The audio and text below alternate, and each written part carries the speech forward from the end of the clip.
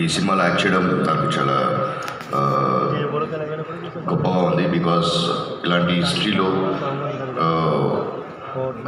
జరిగిన ఒక హిస్టరీలో దాంట్లో ఒక పాత్రధారుడుగా నేను చేయడం అనేది I feel very proud.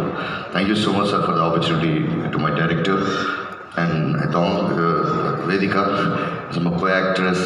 First నేను ఆమె చూడగానే యాక్చువల్లీ గుర్తుపెట్టలేదు, వచ్చి హలో అని హలో అంటే తర్వాత ఎక్కడో చూస్తుంటుంది తర్వాత చూస్తే ఒక 10 minutes నాకు రికగ్నైజ్ చేయడానికి.